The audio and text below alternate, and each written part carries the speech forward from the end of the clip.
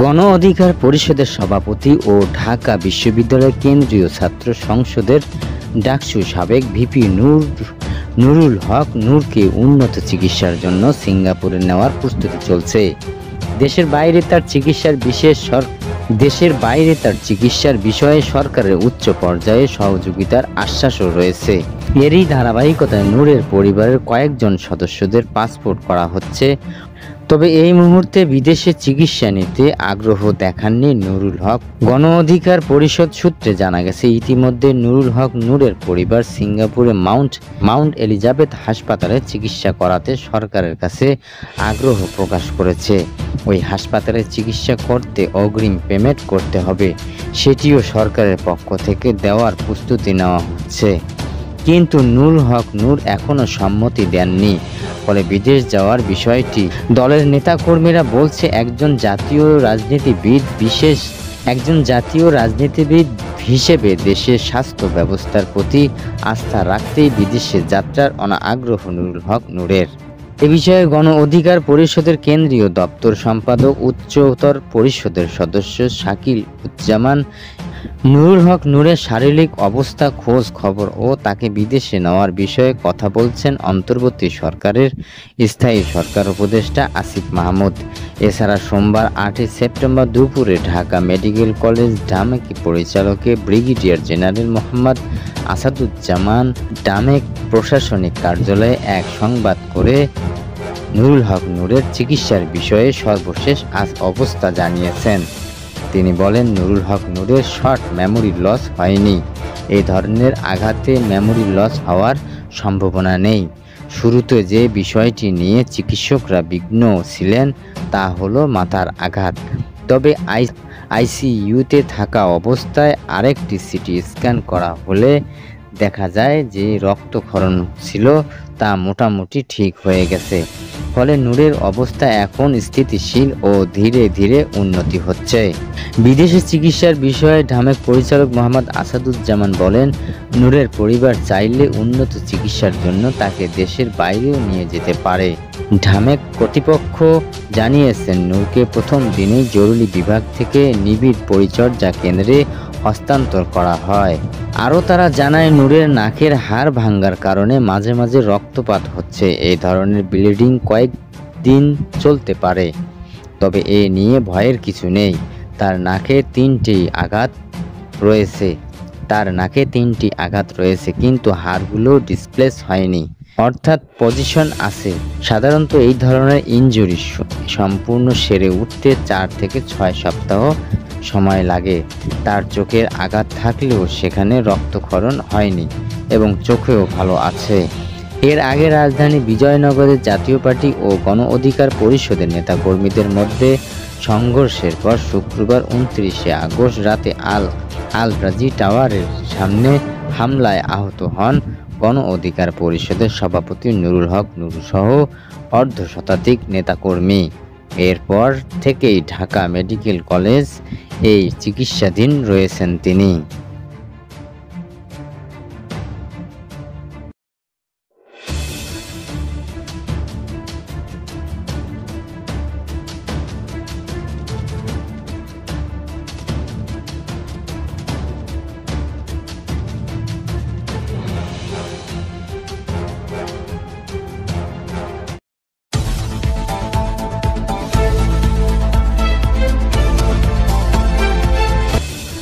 মানবতা বিরোধী অপরাধের অভিযোগে আন্তর্জাতিক অপরাধ ট্রাইব্যুনালে শেখ হাসিনা সহ 3 জনের বিরুদ্ধে চলা মামলায় 39 সাক্ষীর সাক্ষ্য গ্রহণ শেষ হয়েছে।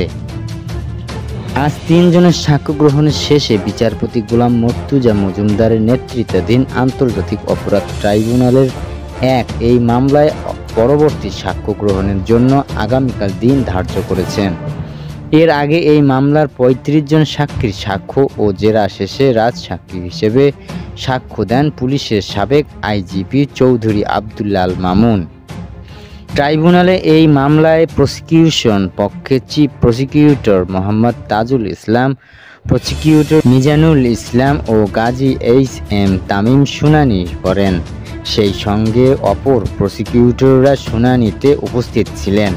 এই মামলায় পলাতক শেখ হাসিনা ও আসাদুজ্জামান খান কামালের পক্ষে ছিলেন রাষ্ট্রনিযুক্ত আইনজীবী আমির হোসেন, আর রাজসাক্ষী হওয়া সাবেক আইজিপি চৌধুরী আবদুল্লাহ আল মামুনের পক্ষে ছিলেন আইনজীবী জায়েদ বিন আমজাদ। মানবতা বিরোধী অপরাধের এই মামলায় শেখ হাসিনা, সাবেক স্বরাষ্ট্রমন্ত্রী আসাদুজ্জামান খান কামাল ও সাবেক আইজিপি চৌধুরী আবদুল্লাহ আল মামুনের বিরুদ্ধে গত 10 জুলাই অভিযোগ গঠন করে বিচার শুরু আদেশ দেন আন্তর্জাতিক অপরাধ ট্রাইব্যুনাল 1। এক পর্যায়ে এই মামলায় দোষ স্বীকার করে ঘটনার সত্যতা উদ্ঘাটনে রাজসাক্ষী হতে সাবেক আইজিপি চৌধুরী আবদুল্লাহ আল মামুনের আবেদন মঞ্জুর করেন ট্রাইব্যুনাল। এই মামলাটি ছাড়াও শেখ হাসিনার বিরুদ্ধে ট্রাইব্যুনালে আরও 2টি মামলা রয়েছে। এর মধ্যে একটি মামলায় আওয়ামী লীগের 15.5 বছর শাসন আমলে গুম খুনের ঘটনায় তাকে আসামি করা হয়েছে। অন্য মামলাটি হয়েছে রাজধানীর মতিঝিল শাপলা চত্বরে হেফাজতে ইসলামের সমাবেশে হত্যাকাণ্ডের ঘটনা। গত বছরের জুলাই আগস্টে ছাত্র জনতার আন্দোলন দমনের আওয়ামী লীগ সরকার এর দলীয় ক্যাডার ও সরকারের অনুগত প্রশাসন সহ আইন শৃঙ্খলা রক্ষাকারী বাহিনীর একটি অংশ গণহত্যা ও মানবতা বিরোধী অপরাধ সংগঠিত করে বলে একের পর এক অভিযোগ জমা পড়ে। 2টি আন্তর্জাতিক অপরাধ ট্রাইব্যুনালে এসব অপরাধের বিচার কাজ চলছে।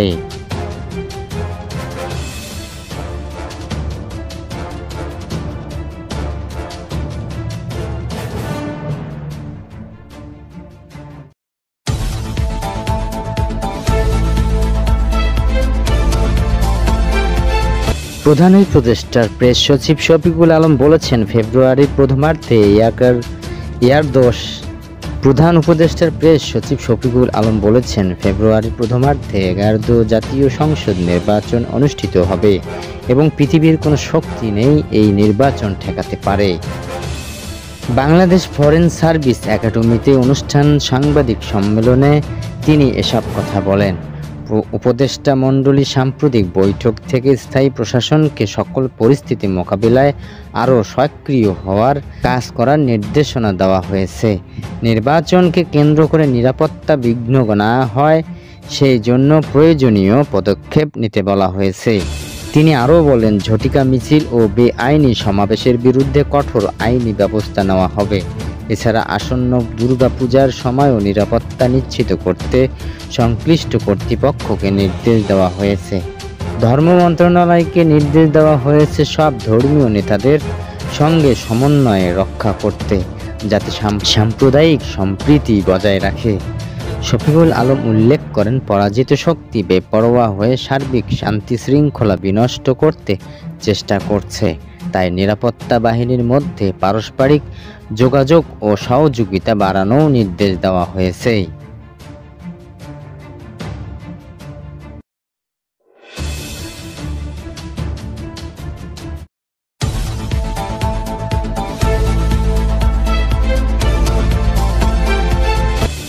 দেশের আইনশৃঙ্খলা পরিস্থিতি সাম্প্রতিক কয়েকটি ঘটনার পরিপ্রেক্ষিতে কিছুটা খারাপের দিকে গেছে বলে মন্তব্য করেছেন স্বরাষ্ট্র উপদেষ্টা লেফটেন্যান্ট জেনারেল মোহাম্মদ জাহাঙ্গীর আলম চৌধুরী। রাজবাড়ীর ঘটনার সঙ্গে আন্তর্জাতিক ষড়যন্ত্রের সম্ভাবনা নিয়ে তিনি জানান, বিষয়টি তদন্তাধীন রয়েছে।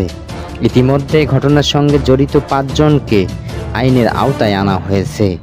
গ্রেপ্তারদের জিজ্ঞাসাবাদের পর পুরো ঘটনা স্পষ্ট হবে বলে তিনি বলেন। ডিসি ও এসপি দায়িত্বে থাকায় নিরপেক্ষ তদন্ত সম্ভব হবে কিনা এই প্রশ্নে তিনি বলেন, কাদের গাফিলাতি হয়েছে তা তদন্তের পর বলা যাবে। দোষী প্রমাণিত হলে অবশ্যই ব্যবস্থা নেওয়া হবে।